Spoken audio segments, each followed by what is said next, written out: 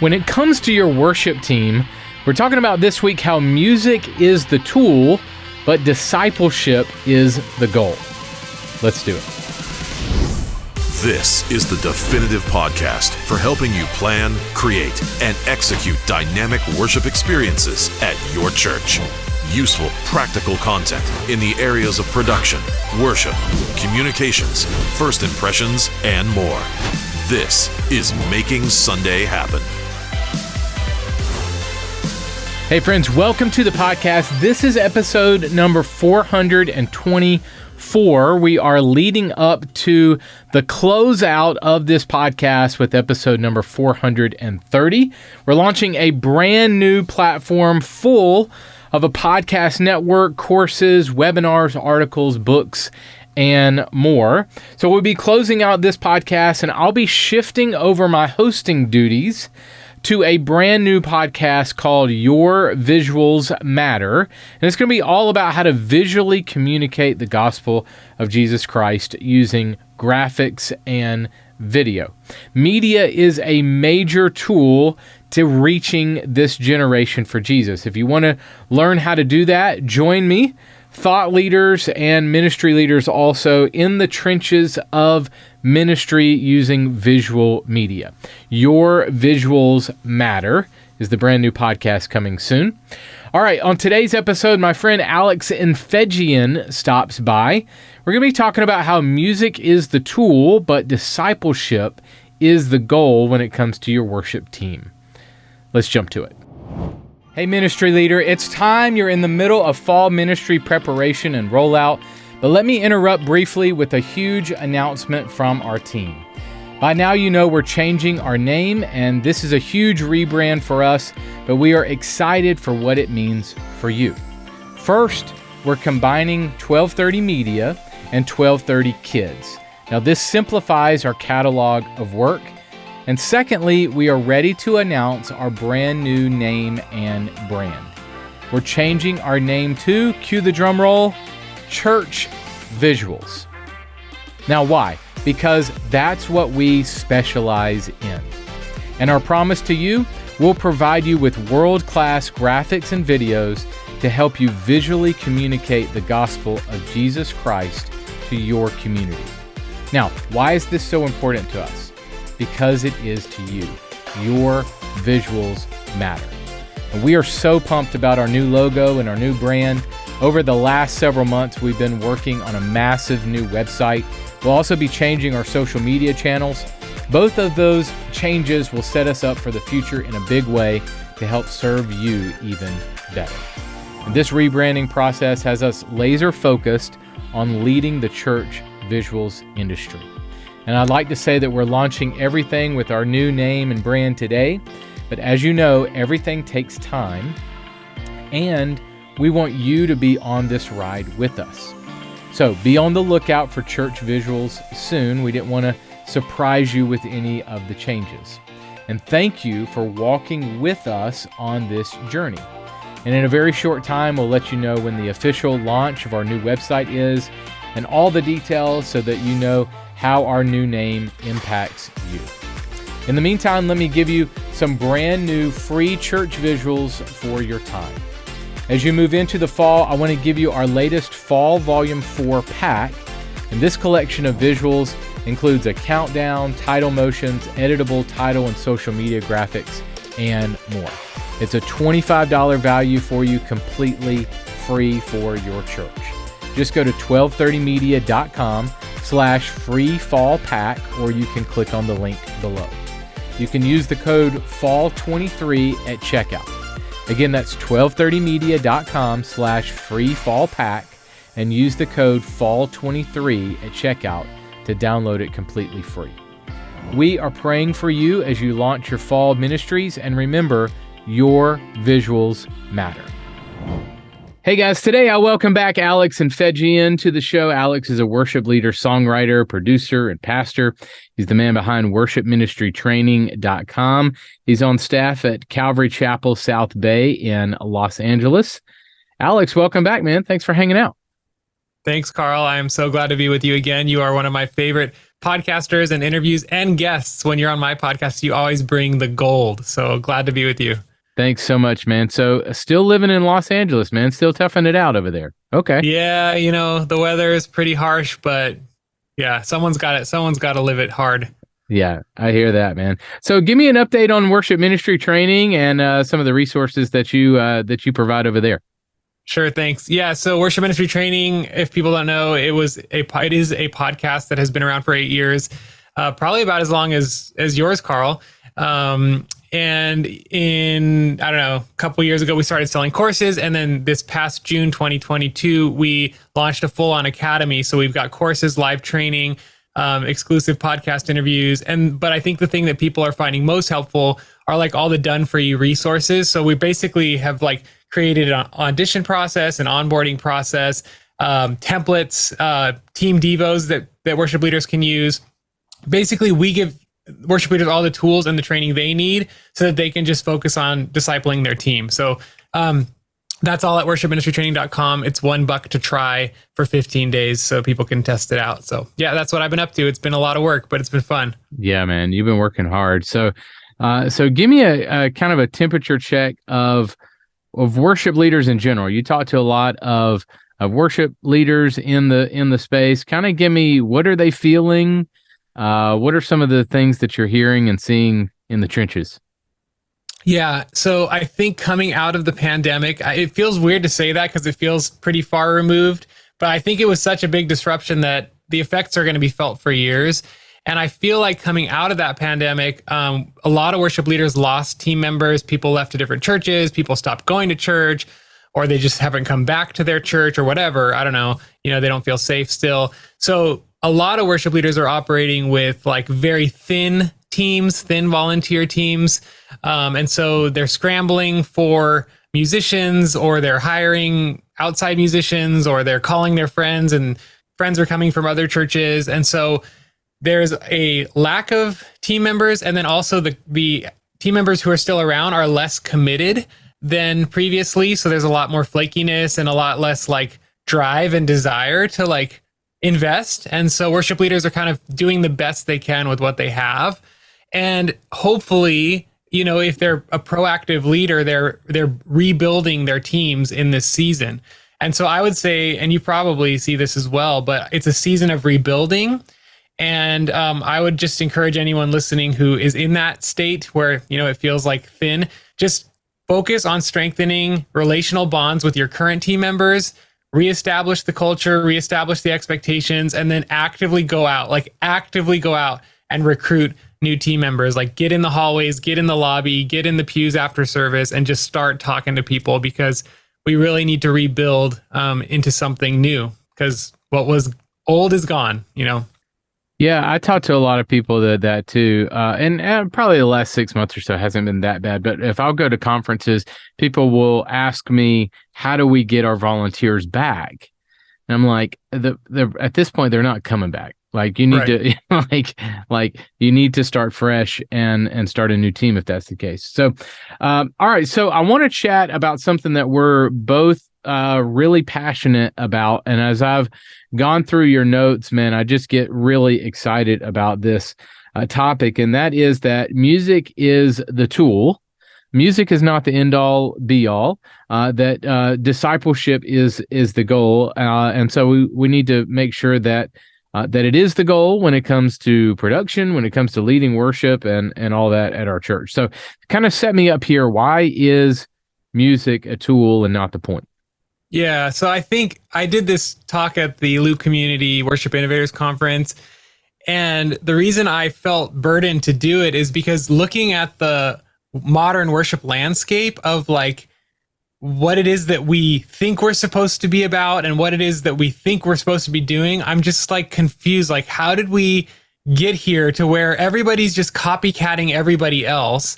And obviously the internet and YouTube and Instagram all plays into that. But I think if you zoom out a little bit, there's a much bigger problem going on, which is worship leaders have never been discipled as to what it means to be a church leader. So like when they get hired on staff, they're just like, handed a microphone and they're like, hey, here you go, do the thing. What thing? Like, what am I supposed to do? You know, like, nobody, the pastor didn't disciple me. I didn't go through any program. I was just good at guitar and singing. And so they gave me a ministry. And so I'm like, oh my gosh, what am I supposed to do? So I start looking around online and I see this ministry and this church, and I listen to this album, and I start to learn. My education just comes from looking around on the internet. And what do you see on the internet other than just lots of cool production, lots of cool lights, people doing funny thing with their hands, you know, cool songwriting, cool bands, even though it all kind of sounds the same, right? And it's just like, I guess that's what I'm supposed to do, right? And so I'm going to do that at my church. But like, I think there's this fundamental layer that we need to peel the onion back down to the core and be like, okay, what is this about? What is ministry about? It's not about the songs. Songs are the tool. It's about making disciples. And I just feel like we're in a weird point in time in the modern church, in the American church at least, and we need to really like go back to the basics. And look, I'm at a church, we have all the bells and whistles, we have all the big stuff, we have all the big tech, you know, but it's like, that's not what it's about. And I think a lot of worship leaders set their eyes on that as success. And they say, if I can look like that, if I can sound like that, then I will be successful. But what if Jesus isn't measuring that as success? He's measuring a completely different metric.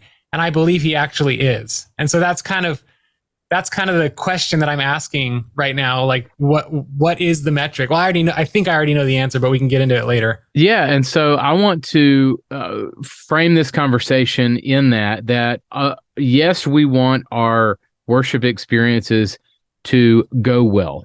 Yes, we want them to be excellent. You know, it's not bad necessarily to have gear and tech and tools and instruments, whatever we may need sometimes or even want sometimes. So how do we balance that, but also keeping the main thing? So yeah. Let's just kind of dive in some more. So talk to me about how Jesus never said to make music or art, that all he talked about was making disciples. Right. Well, okay. Let's talk about it. Yeah, so I don't want to say we shouldn't make art, because the Bible commands us to make art. The tabernacle was made of like amazing, you know, gold and purple linen and like really fancy material made by expert craftsmen and done beautifully. And the Bible commands us to make music. So I'm not saying we shouldn't make music. I'm just saying when Jesus, his last command to his disciples when he was on the planet before he ascended was, go and make disciples of all nations. Okay, so his last thing, the main thing he wants us to do now that he's not on the planet, is make disciples. But I think what happens is worship leaders think we're supposed to make music. We're not supposed to make music. We're supposed to make disciples. We are supposed to make music, but it's not the end all. It's not the be all. It's not the thing. It's like the tool that we should be using to accomplish what Jesus actually told us to accomplish, which is make disciples. So I just think what happens when worship leaders see excellence and put excellence as the standard is, and again, I'm all for excellence. We are supposed to be excellent. But when excellence is the standard and they're like, I have to look like that and sound like that in order to be successful, then what happens is they feel unsuccessful when they're at a small church that can't afford any of that stuff. Right. So they're like, oh my gosh, like I'll never be successful as a worship leader because I can't look like that and I can't sound like that. And I'm just saying, whoa, wait a minute. That has nothing to do with success in God's eyes. Success is doing the best you can with what you have. That's the definition of excellence that I like to use. Doing the best you can with what you have at your disposal right now, and making disciples. So if the people on your team look more like Jesus this year because they've been in your ministry than they were last year, then you have been successful. And that's kind of all I'm putting forth, is like, we can do all the tech and we can do all of the great production and we can do all of the cool songwriting and the fancy stages. And if we make disciples while we're doing all that, great. But what I see is a lot of people figure out how to make great music, but they don't make disciples. And I'm saying God does not care about that ministry. So like, you could get it all right on the external side of things, but you miss the heart and God is not impressed or pleased. right? And so I think it's important that we aim to do both, that we say we're going to be excellent because excellence honors God, but we're also going to make sure that we are actively pouring into, praying for, studying scripture with our volunteers. And I just see a lot of churches and a lot of worship ministries or even production where like the focus is how cool can we be, not how godly can we help our people become. And I'm just saying, like, let's not think that means that is not success, I guess is what I'm trying to say. Yeah, good word. All right, so walk that out practically. What are some ways that we can make discipleship our primary goal? You know, sometimes that it fleshes out with what we as the leader are intentional about. And so if all we're talking about is, you know, get that, make sure that you're hitting the right note, and make sure I make sure not that button. Like if that's what's important to us, then that could be replicated. And so how should we be intentional about making discipleship our number one? Yeah.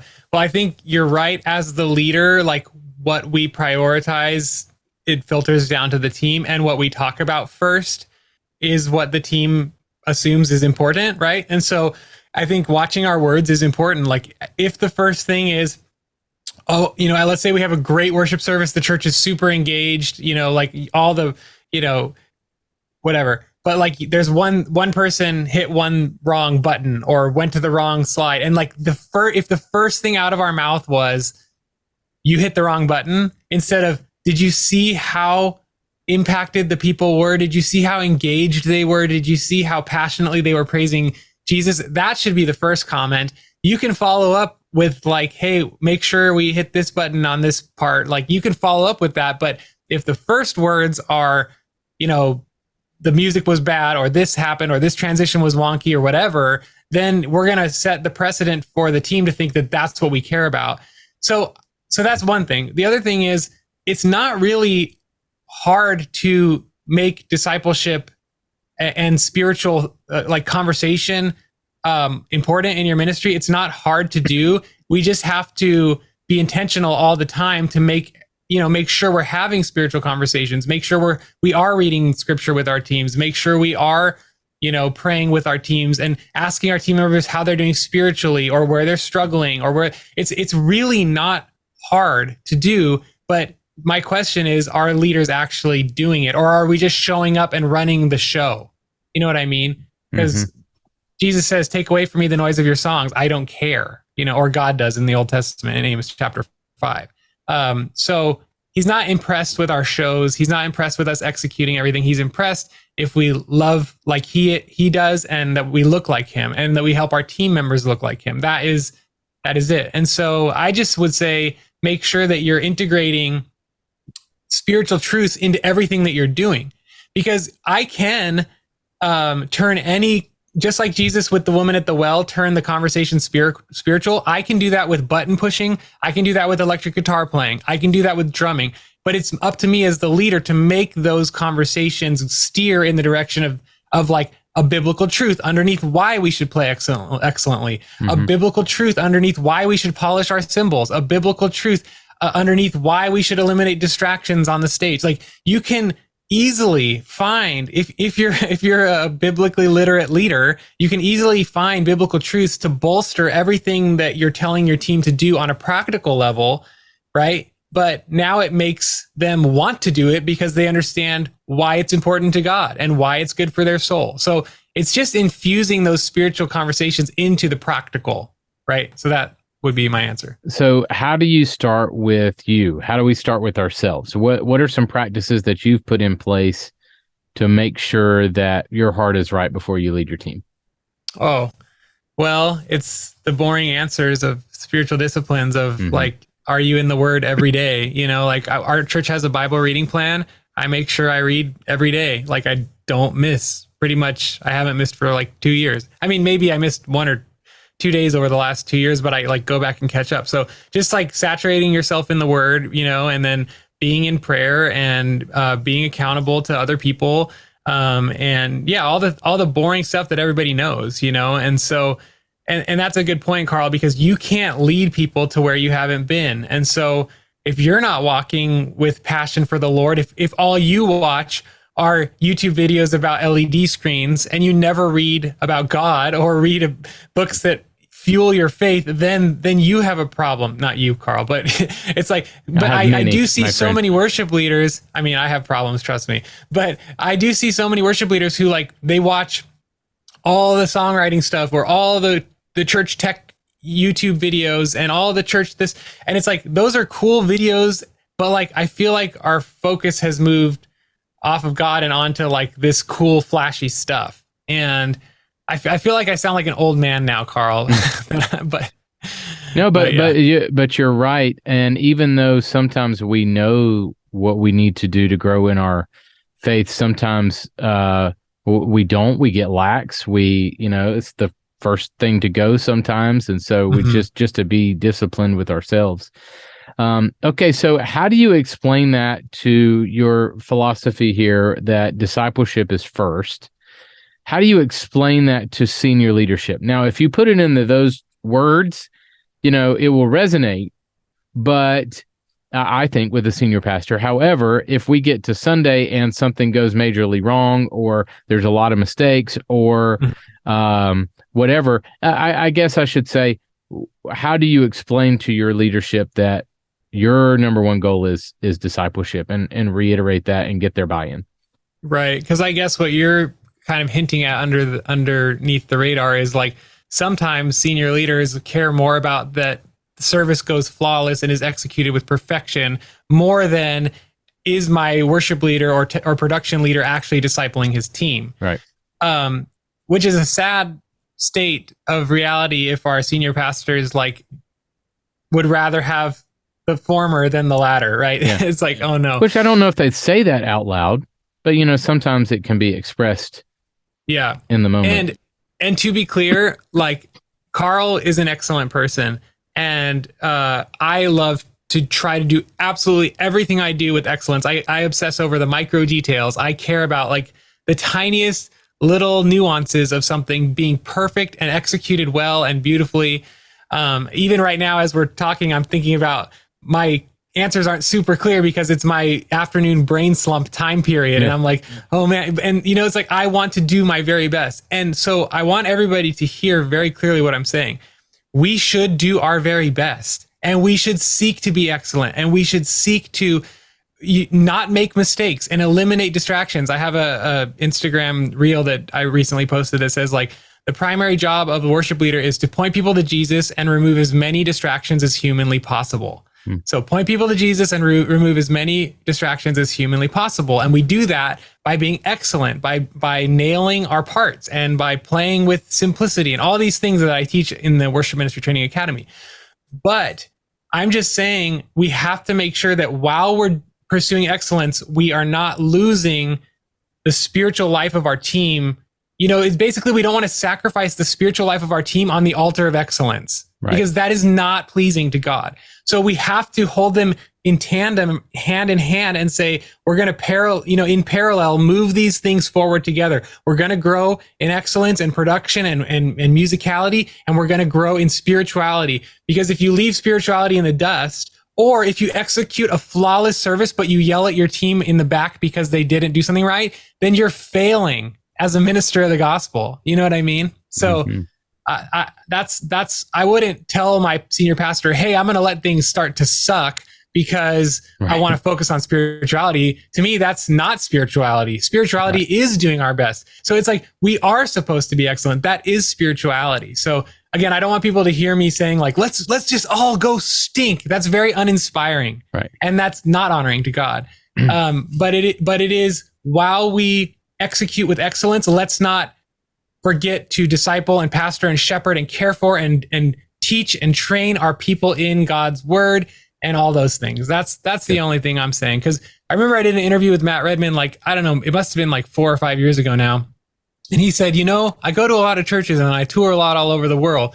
He's like, we're really good at making the service great, but we're not really good at being nice to each other. And I was like, man, like that is so simply said, but like, that just shows me something's off in the church, that like we've prioritized the show over the people, and that's wrong.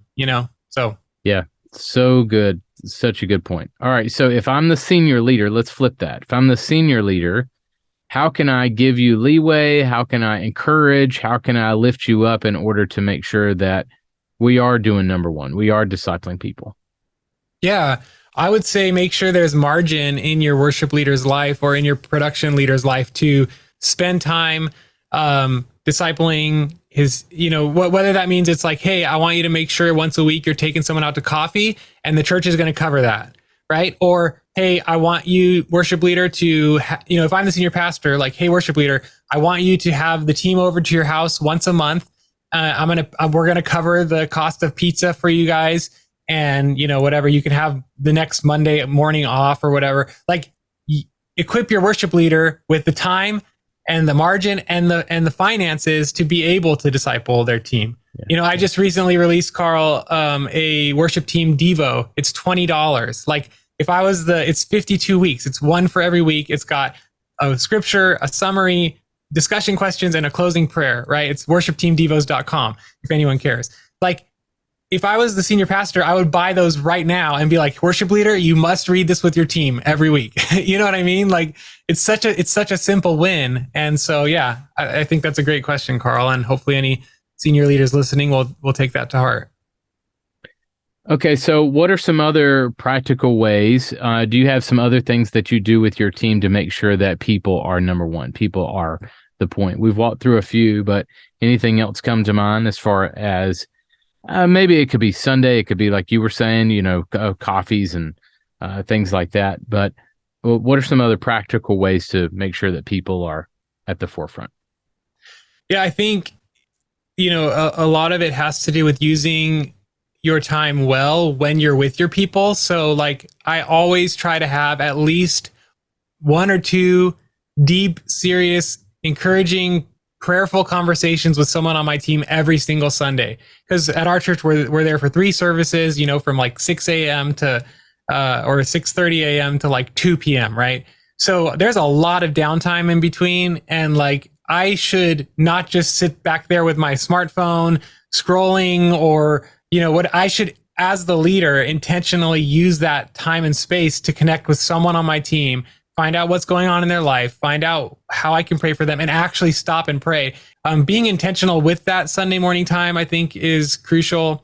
And then, like I said, just turning everything into a spiritual conversation, or not that it always, look, that's awkward. People like that are awkward. I'm not saying like everything has to be over 100% of the time spiritual, but like, you should pepper it in pretty often. So if I'm setting up the stage with Johnny, he's 16 years old and he's learning about how to plug in an XLR cable, like, I'm going to teach him how to run that cable really clean and really like excellently, and explain like why details matter to God, and why, teach him about diligence. So it's just like, it's not just doing the thing, but it's doing the thing to teach a spiritual lesson. And again, I don't want people to hear me saying like, you always have to do the spiritual lesson or you're failing, because that's awkward.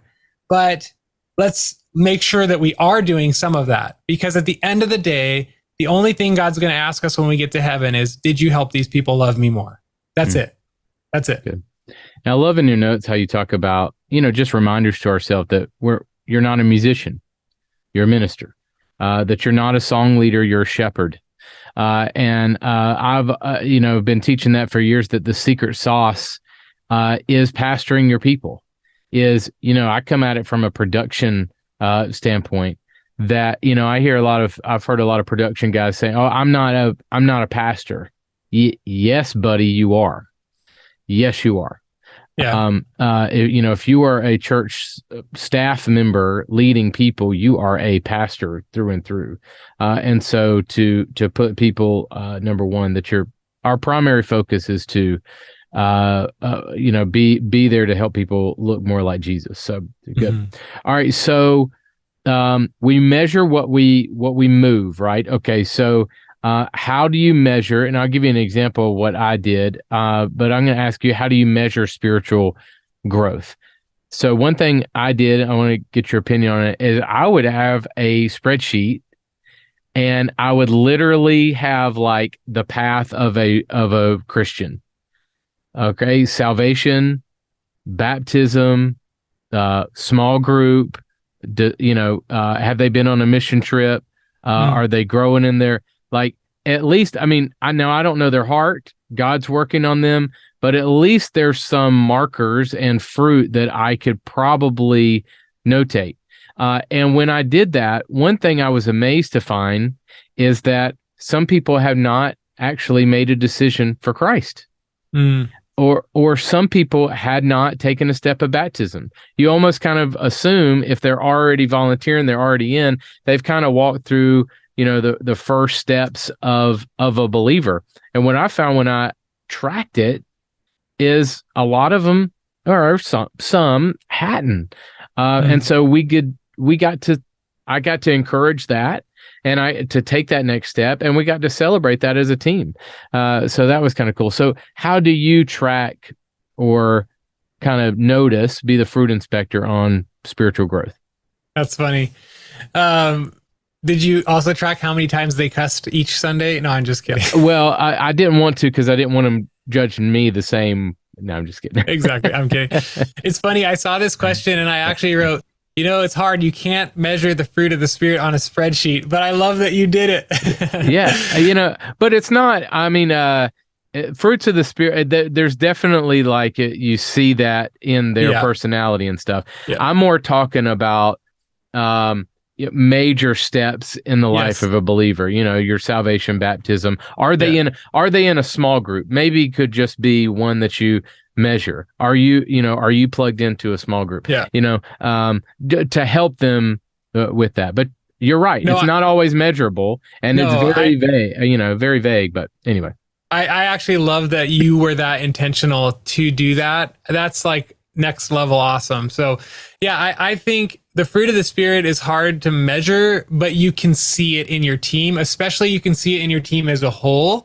And you can just simply use the fruits of the Spirit as your evaluation metric, like looking at your team. Does your team exude love, joy, peace, patience, kindness, right?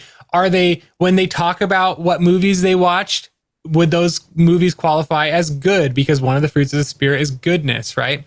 When they talk about the shows they watch, when you see what they're scrolling past on their Instagram, because that's what people do in between services. They're on their phones, right? Sadly. So are they exercising self-control and saying no to sin? Like a couple years before the pandemic, I had a lot of young people on my team, and I was actually really surprised how okay they were with certain activities that to me, it's very clear in scripture is sin, but they didn't even know that those things were wrong, and it would slip out in between services, and I'm like, wait, what? Wait, what's going on?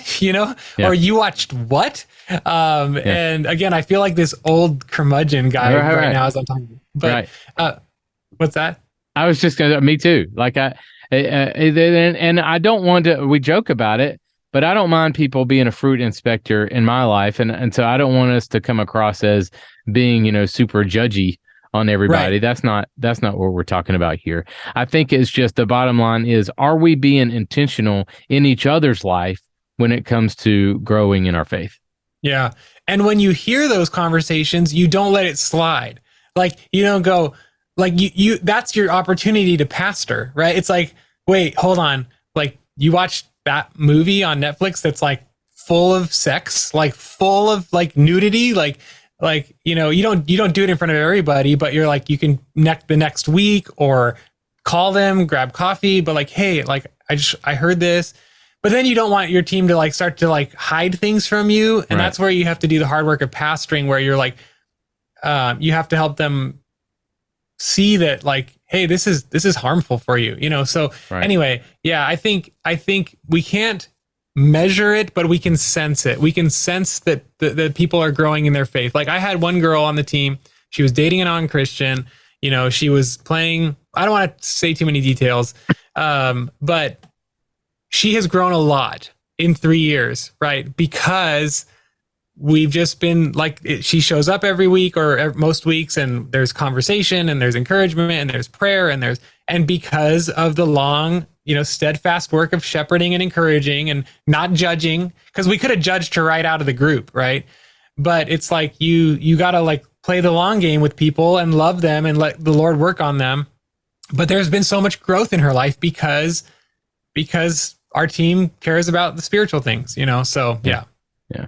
Good. I hope people hear our heart today, that it's really about caring for people. All right. I have some rapid fire for you before you leave. Can I hit you with 5 rapid fire questions? Oh gosh. All right, here we go. All right, number 1, this isn't too hard. Who is your favorite Christian music artist of the last 20 years? You can name a few if you want. 20 years?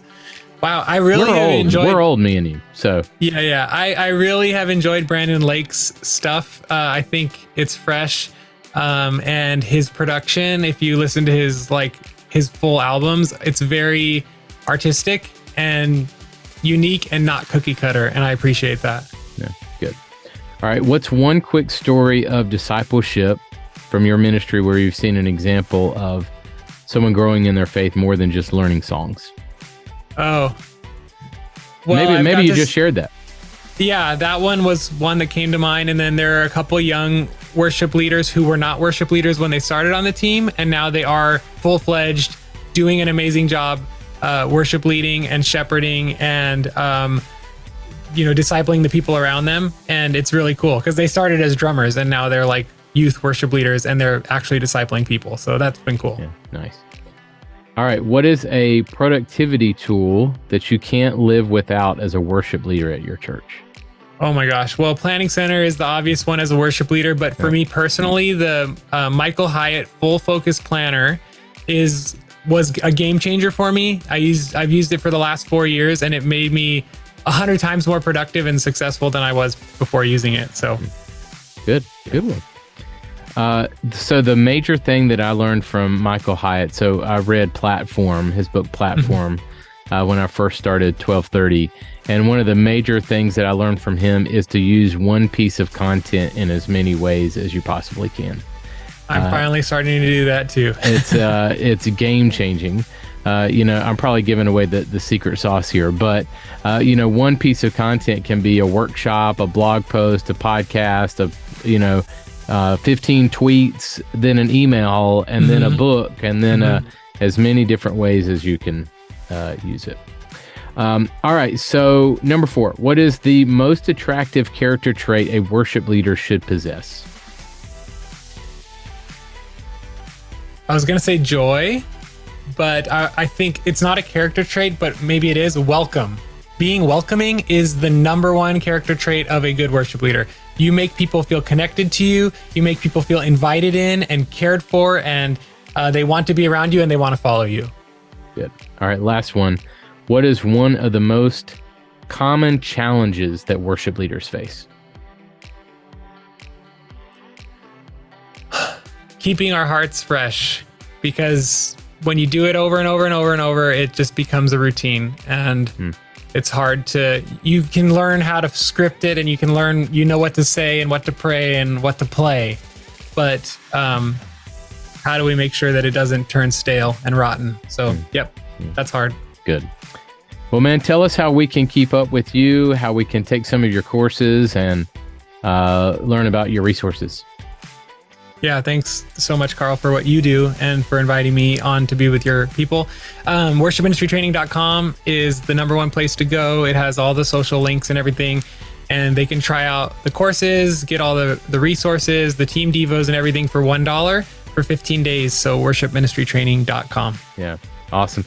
Well, man, it's been such a pleasure getting to know you over the years. I mean, we probably hooked up earlier on in our ministry and did a podcast early on years ago. And so, man, it's just been a pleasure just kind of connecting with you over the years. So thank you so much. Thank you, Carl. Thanks, everybody. Hey guys, as we are wrapping up production on this podcast, I thought it'd be fun to take a trip down memory lane, share a few clips with you, and a few of our 5 questions segments, which is just a little fun segment that we've done to just have fun with some of our guests, give them some rapid fire questions. So this is a clip from my friend Dave Shrine and myself as I hit him with some rapid fire. Check this out.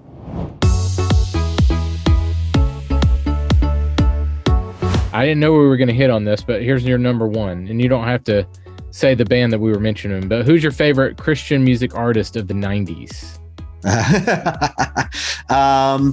Let's see. Yeah, it was DC Talk. They were my first concert that I went to, man. My first concert. Now, I did not listen to Christian music my whole time in elementary school. So my first tape was Paula Abdul, Forever Your Girl. And so I played that thing out, man. I heard the Straight Up song in music class when I was in the 5th grade. And I was like, man, this song is awesome.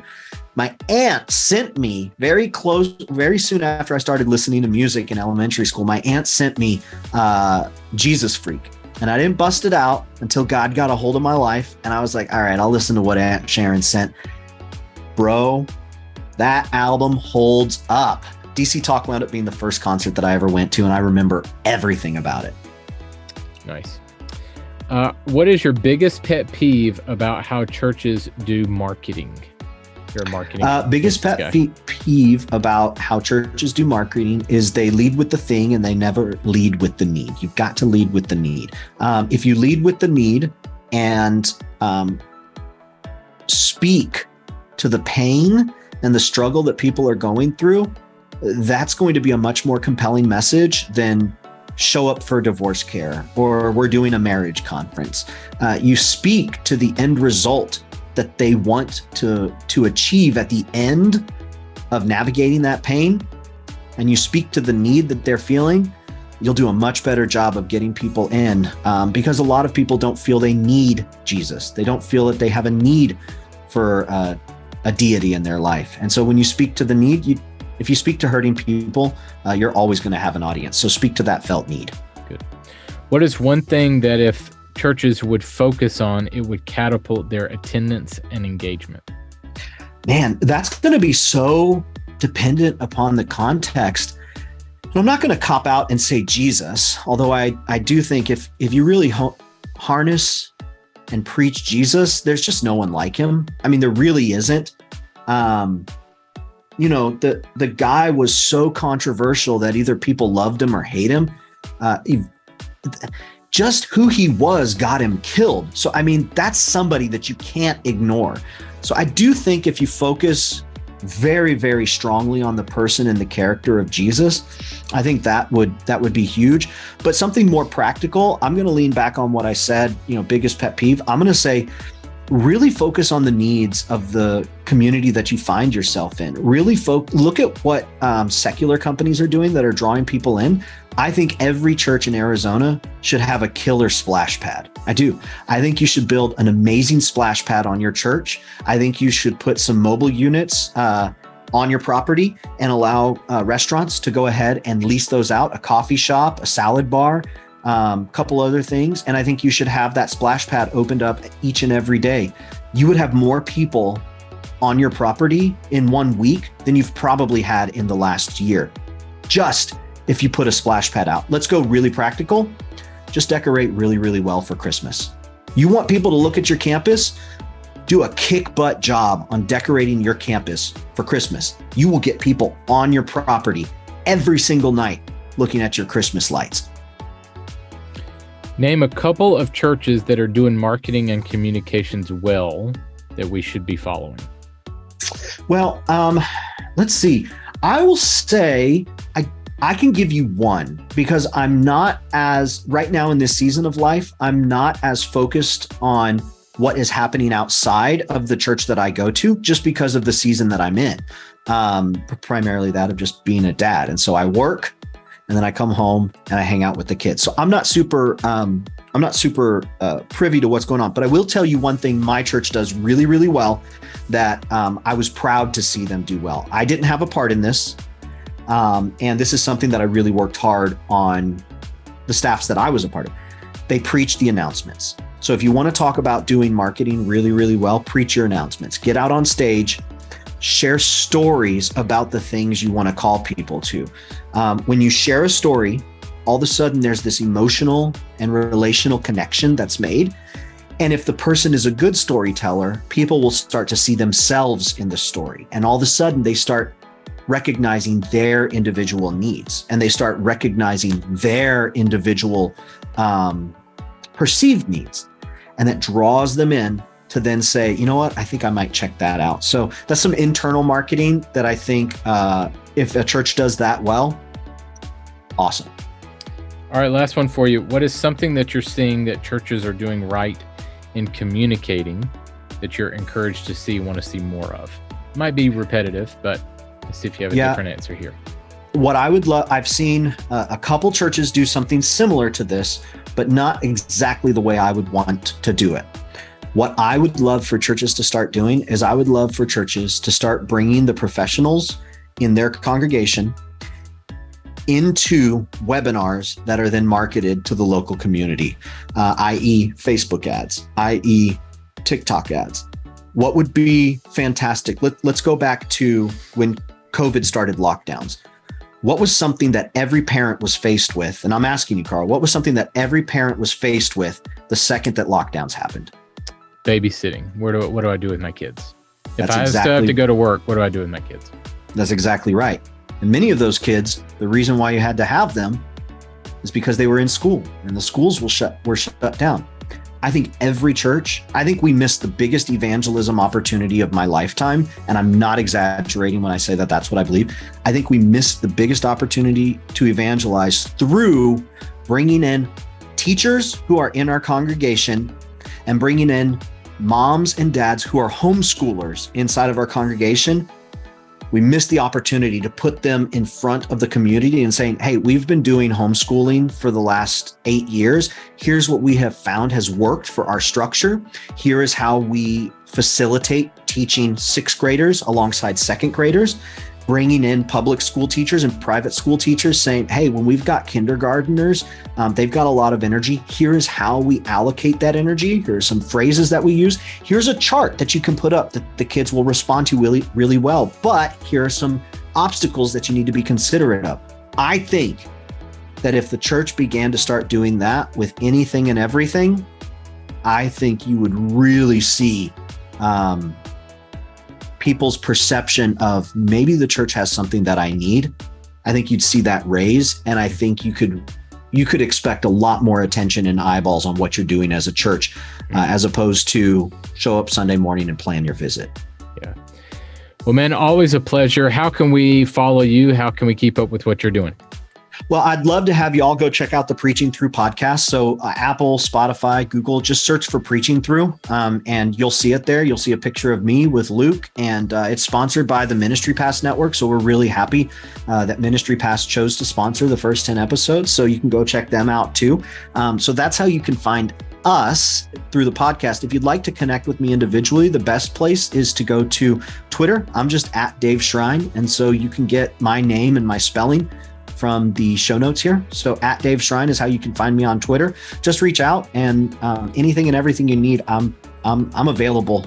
Even though I'm not in full-time vocational ministry and communications anymore, I'm still very active in that area. And I still have a lot of things that I'm taking from the business world and translating and interpreting for the church world. Yeah. Awesome. Dave, thank you so much. Really appreciate your time, man. Awesome. Thanks, Carl. Appreciate you, man. The show notes for this episode are available now at makingsundayhappen.com. Well, hey guys, that is it for us this week. Thank you so much for hanging out on this week's episode of the podcast.